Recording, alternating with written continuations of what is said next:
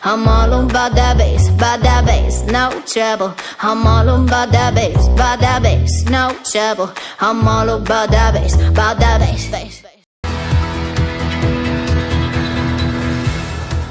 9h18 sur l'horloge d'Atlantique Radio. Bienvenue à tous, bienvenue dans votre émission de décryptage de l'actualité, les décodeurs Atlantiques. Nos décodeurs aujourd'hui, un fidèle, Anouar Zine, bonjour. Bonjour Landry. Entrepreneur dans le secteur de la communication.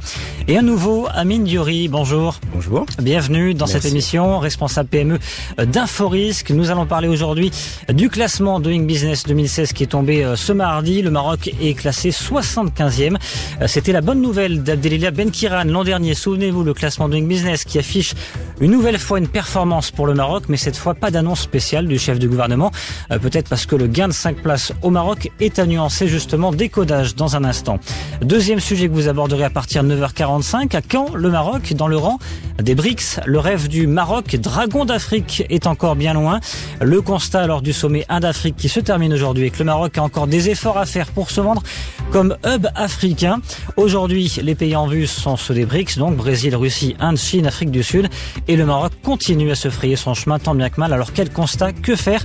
Vous nous le direz, sans oublier votre coup de gueule ou coup de cœur sur l'actualité. Ce sera l'entracte des décodeurs Atlantiques. 55 77 par SMS pour poser vos questions, réagir, CDR en TTC ou bien la page Facebook Les Décodeurs Atlantiques. C'est parti.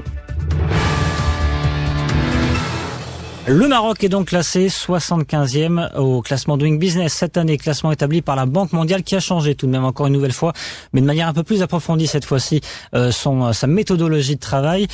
C'est une bonne nouvelle, 75e position, Amine Diori? Oui, globalement, oui, c'est une bonne nouvelle. Alors, effectivement, un changement de méthodologie, l'année dernière, le gouvernement avait adopté l'ancien barème, ce qui fait qu'on apparaissait 71e au lieu de 80e. Oui. Si on compare des méthodologies comparables, effectivement, il y a eu une progression cette année. On est passé de 80e à 75e. Bon, hormis la question méthodologique, le plus important, c'est le signal qu'on envoie à la communauté internationale. C'est un classement qui est fait par la Banque mondiale, donc qui permet de comparer les pays entre eux. Et clairement, c'est un bon signal envoyé, et notamment le fait que le Maroc est un pays qui fait des réformes. Donc c'est bien pour les investissements, les IDE. Anouar Zine, ça s'améliore depuis 2011, ce classement de business. On est parti dans une tendance positive. Oh, c'est gentil, même avant 2011. Hein, depuis 2009, ça s'améliore, à part un couac en 2013 où justement le gouvernement avait été fortement attaqué sur le recul dans ce classement qui est celui des Doing Business, la capacité ou la facilité à faire des affaires. Et depuis, donc le revers de la médaille a été quand, justement, l'année dernière, vous le rappelez à juste titre, le Maroc avait avancé dans ce classement Doing Business. Le chef de gouvernement en avait fait une belle occasion de communication sur l'action du gouvernement. Bon. Certains lui avaient reproché parce qu'on avait dit que c'était pas une si belle surprise que ça. Bon. Alors, c'est toujours une bonne nouvelle d'avancer plutôt que de reculer dans un classement. Mais dans un classement, on peut avancer parce qu'on est bon ou on peut avancer parce que les autres ne sont plus aussi bons. Donc tout cela est à nuancer. Pour clarifier un peu plus les choses, c'est un classement qui est établi par la Banque mondiale depuis 2003. Sur 189 pays, le Maroc est 75e. Il avance suffisamment bien sur un train depuis 2009 qui est intéressant. Mais on est sorti, excusez-moi de vous couper, on est sorti du rang 80-90 pour se classer dans le 70-80 maintenant. Mais au regard du classement 2015, le Maroc est placé quand même devant la Chine.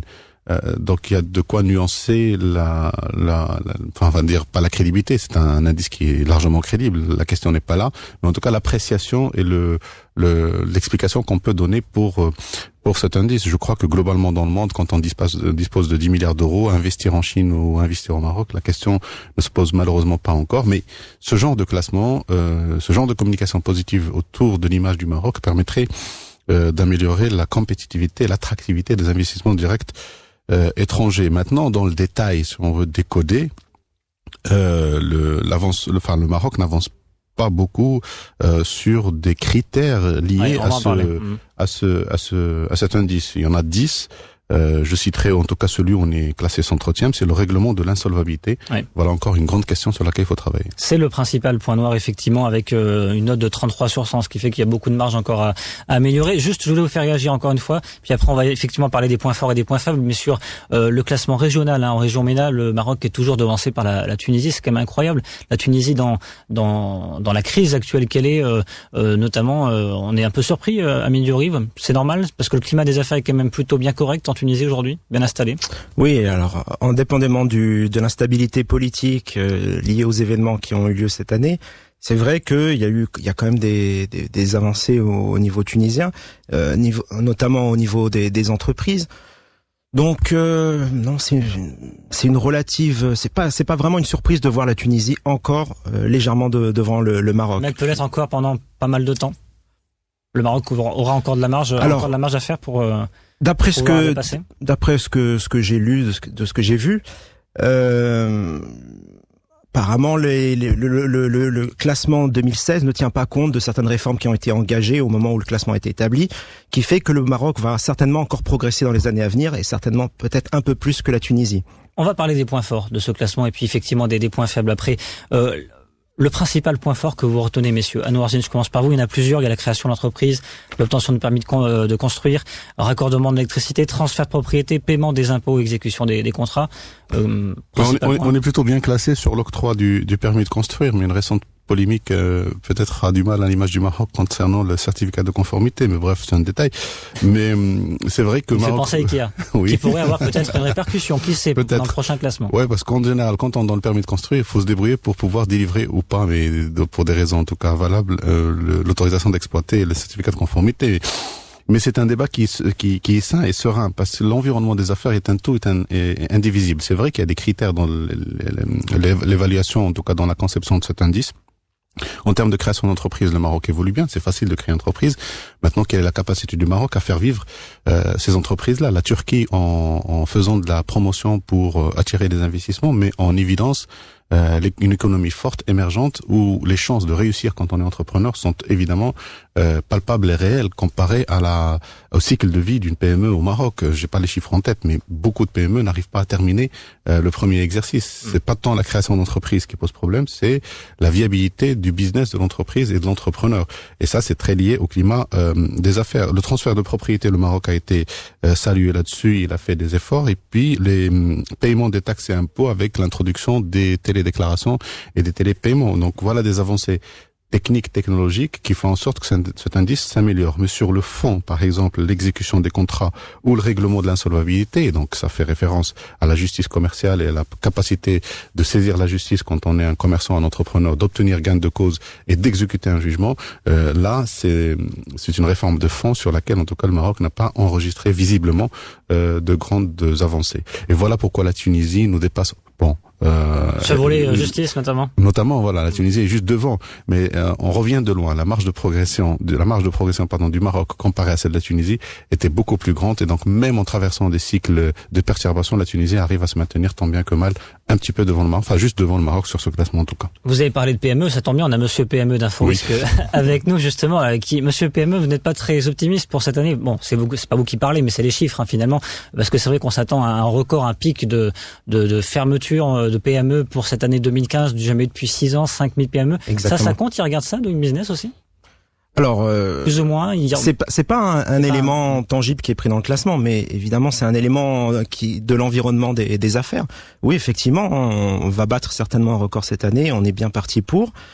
Maintenant, c'est aussi un élément qui est progressif. Il faut pas se leurrer non plus. Le Maroc, comme tous les autres pays, traverse une crise qui n'en finit pas de se terminer. Donc ça, c'est un élément. Parce que ce que nous disait Anouar Zine, c'est que c'est vrai, en fait, c'est facile de créer l'entreprise au Maroc. D'ailleurs, ça se ressent dans les éléments positifs de ce classement Doing Business, mais en revanche, dans le cycle de vie d'une entreprise, c'est là où ça coince quand on regarde les points négatifs. Non, je suis d'accord. Il faut voir d'autres éléments positifs, c'est-à-dire, par exemple, avec le statut de l'auto-entrepreneur, on fait sortir des personnes qui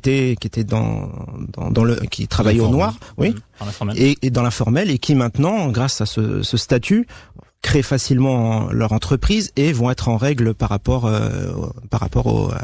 aux impôts qu'ils doivent payer. Donc ça c'est un bonus pour l'année prochaine.